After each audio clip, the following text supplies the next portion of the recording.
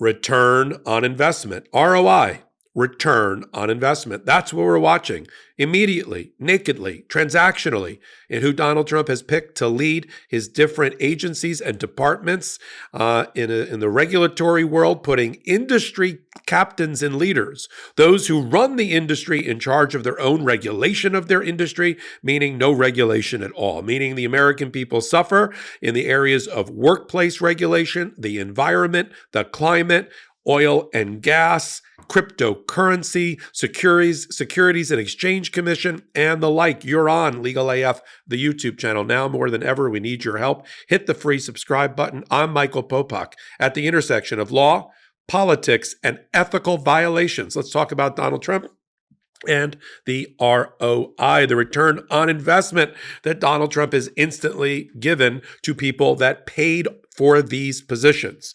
Donald Trump likes selling himself. It's purely transactional. Let's start with Elon Musk. What did he get for his $200 million personal investment in Donald Trump? He's the head of D.O.G.E, the Department of Government Efficiency, a made-up blue ribbon panel that will apparently interact with a subcommittee in the House run by Marjorie Taylor Greene and a committee or caucus in the Senate run by Joni Ernst. They are going to do the dirty work to run interference for the obscenely unqualified and unfit cabinet picks to slash their budgets and to allow industry to run wild in a way they could only have dreamed of. There's this famous scene in Godfather 2 where Michael Corleone goes to Havana, Cuba, and they have a big meeting on the rooftop of a hotel, right? And Hyman Roth is there. And he says, we finally have what we always wanted. We have a relationship with a government that will protect us and protect our business interests. This is the wet dream of industry, that they get to be their own regulators, meaning, again, no regulation at all. So let's go down the list. $200 million. Elon Musk is in charge of budget cutting, but I assure you, he will not be cutting any budgets, and he will recommend increase in budgets in the areas that will benefit Elon Musk. He has $3 billion a year in 17 different contracts with the government, with SpaceX and Tesla. Effectively, NASA has delegated and outsourced its entire rocket program to Elon Musk. Watch that number, $3 billion. I assure you, at the end of 4 years, it will be double that number, as the person in charge of efficiency finds ways to funnel money into the areas of government and military contracting and technology that benefit him. That's a direct buy sell. That's it, right? That's a bid ask. The bid ask is $200 million, and I'll give you the keys to our budget, and you can protect your own entities from it. Elon Musk will also have a hand in all of the departments and agencies that regulate him. He wants to conduct his own foreign policy. He wants to decide who gets the Starlink satellites and who doesn't. State Department. He had a role in Marco Rubio being selected. Department of Defense, the Fox and Friends anchor. You don't think that's a meat puppet that's going to be manipulated and outplayed and outfoxed by a much smarter Elon Musk? Think again. Let's move on to environment and the climate. First of all climate deniers, there's no other way to put it, they're just denying the existence of the climate.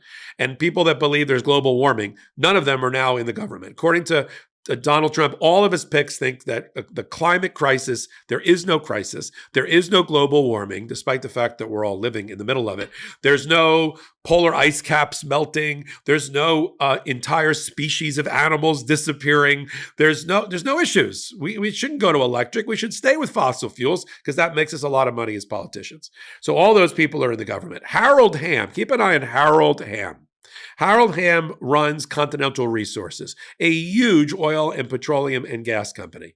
He helped put together the group at Mar-a-Lago over the summer where they met and they were handed out actual PowerPoints by Donald Trump and his people, led by Susie Wiles, who's now his incoming chief of staff, in which he said to the people around the table, all representing oil, gas, and petroleum interests, all these fat cats with cigars in a smoke-filled room, just like on television and in the movies, he said, give me $1 billion with a B, and I'll turn over the keys to regulation to you. That's a version of what he said. Now, they ponied up $75 million as an industry to get Donald Trump elected. $4 million of it came from Harold Hamm himself. And what did they get in return? They got a pushover for the Environmental Protection Agency in Lee Zeldin. They've got the Interior Department, which is the one that's going to be responsible for letting oil and gas drill, baby, drill, even more than the Biden administration, which actually did a lot of drilling during its 4 years.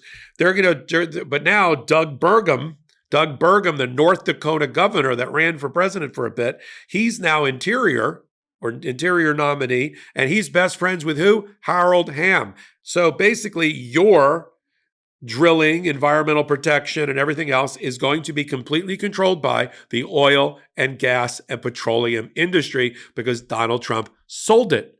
As I said months ago, presidency for sale, off to the highest bidder is your public policy and those interests that matter to you. Right? Regulation that matters to you. Let's move on from the environment.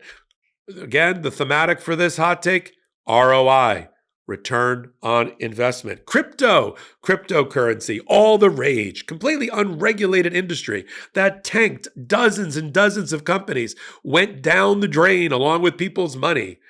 Dozens of executives sitting in jail like Sam Bankman-Fried for a Ponzi scheme. Cryptocurrency cries out for regulation. Right? It's being conducted, a lot of it, by bad people offshore that can't be traced. What could go wrong?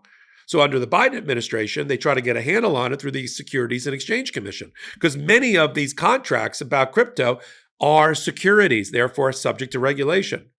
But Gary Gensler, who's run the SEC, is the enemy of cryptocurrency. Who loves cryptocurrency? Well, let me not keep you in suspense much longer. Donald Trump has an interest in a cryptocurrency company called World Liberty that he founded with his sons, including Barron, right? That's one. Two, Elon Musk has huge billions of dollars of holdings in cryptocurrency that he wants to see skyrocket through the roof. He pushed for, and I'm sure this will happen, to have the government have a cryptocurrency reserve, much like our petroleum reserve, with billions of dollars of crypto paid for with our hardworking dollars put into a bank account. Who else is a huge hawk for cryptocurrency? Howard Lutnick, who's now the Commerce Secretary. He was the head of the transition team, almost got Treasury. He has huge cryptocurrency holdings. So does his company, who's tied to Tether. They're tethered to Tether. So they want to see liberal, almost no regulation in cryptocurrency whatsoever, and Donald Trump will oblige. The little man, the little person, the little investor will get crushed, but the big whales will continue to eat all the little minnows and guppies because of Donald Trump. And the cryptocurrency industry as a whole, huge lobbyists, because there's so much money involved, billions and billions, approaching $1 trillion.